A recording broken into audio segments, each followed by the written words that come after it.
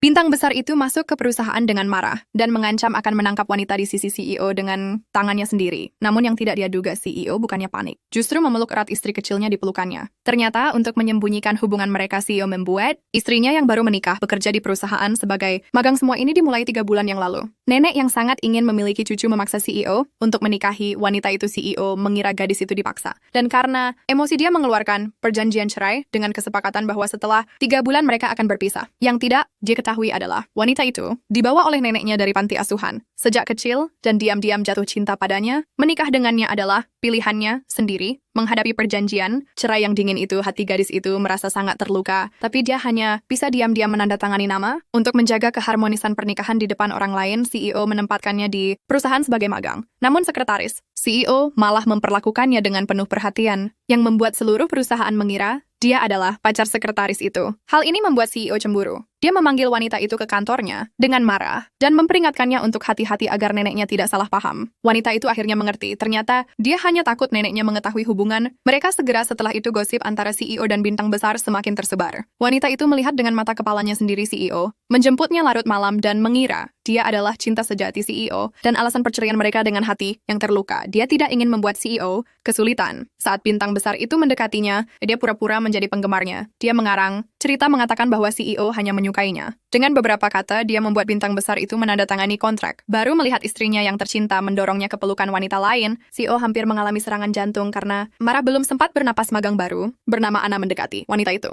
Di belakang dia merencanakan untuk merebut posisi istri CEO. Dia memberitahu wanita itu bahwa dia adalah putri keluarga kaya dan datang ke perusahaan sebagai magang hanya untuk mendekati CEO dengan acara tahunan perusahaan yang semakin dekat. Anna meminta bantuan wanita itu untuk menari balet bersama di acara tahunan. Dia berjanji jika dia menang juara pertama, dia akan punya kesempatan untuk menari bersama CEO. Saat itu telepon wanita itu berdering. Itu adalah telepon dari suaminya.